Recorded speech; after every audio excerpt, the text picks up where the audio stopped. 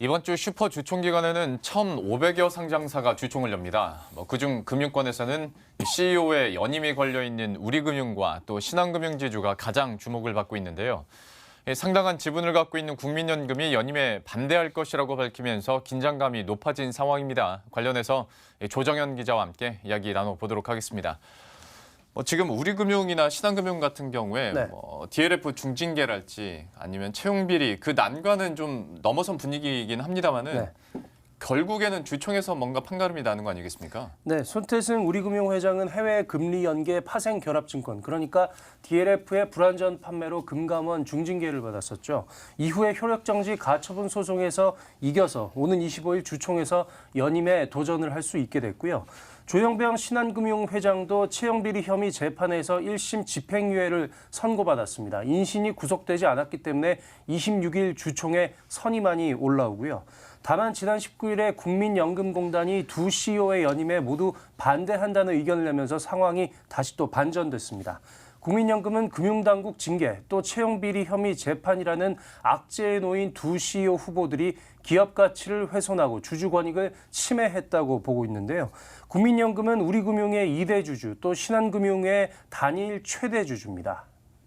그러면 표 대결이 어떻게 될지도 한번 봐야 될 것 같은데 그러려면 국민연금의 지분율이 얼마나 되는지도 한번 파악을 할 필요가 있어 보이네요. 네, 먼저 우리금융지주의 주주 구성을 한번 보시죠. 과거 민영화 과정에서 우리은행이 그 주요 6개 주주들에게 지분을 이양을 했기 때문에 우리금융의 그 지분 구성은 다른 일반 금융지주들과는 조금 다릅니다. 이들 주요 6개 주주들이 그 25% 지분을 갖고 있고요. 지금 보시는 IMMP 등 6개 과점 주주가 24.58%를 갖고 있고 정부 측 기관인 예금보험공사도 17%대 지분을 갖고 있습니다. 여기에 우리 사주까지 하면 이미 50%의 우호 지분을 확보하고 있기 때문에 그 손 회장의 연임 가도에는 큰 문제가 없어 보입니다. 이들 우호주주들은 아직도 그 손 회장을 지지를 일관되게 하고 있고요. 과거 논란을 감수하고서도 스스로 손 회장의 체제를 택한 주주들인 만큼 이번에도 연임의 의견을 변경하지 않고 있습니다.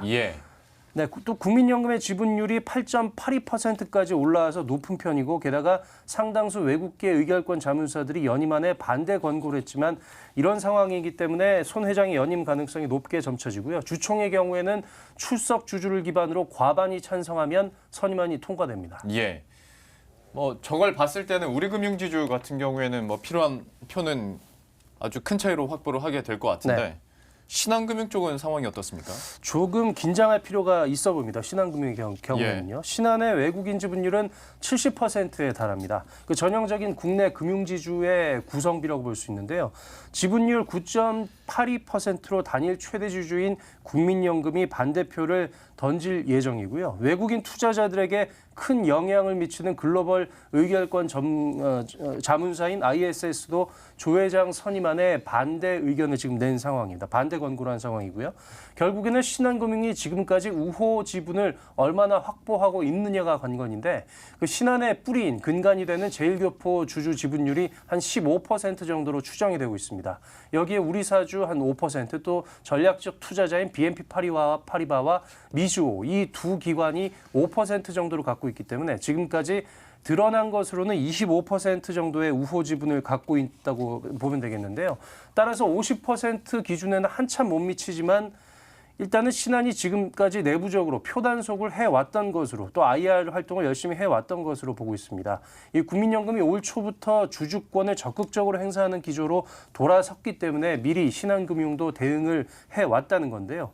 지난 2018년 3월 신한금융 주총에서도 국민연금이 사회이사진의 독립성이 약하다면서 대거 반대표를 던진 전례가 있는데 그때도 이 안건들은 신한금융 측의 의도대로 모두 통과가 됐습니다. 신한금융은 내부적으로 조 회장의 연임안이 주총에서 통과하는데 큰 문제가 없다고 보는 걸로 전해졌습니다.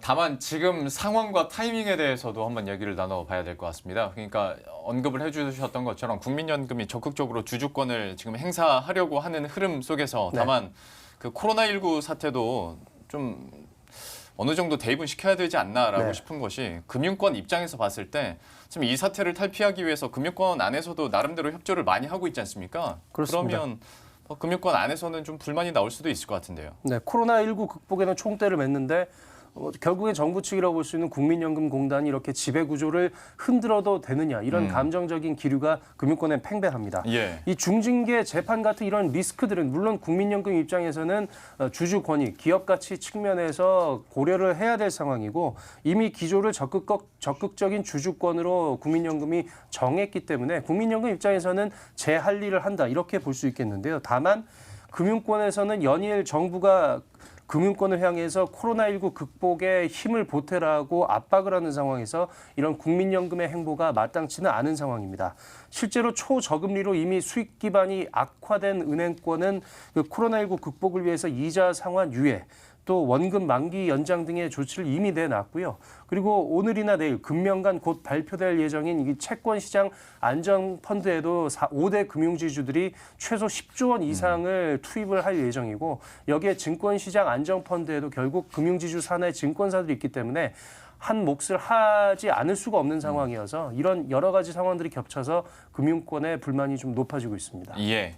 지금까지 조정현 기자와 함께했습니다. 잘 들었습니다.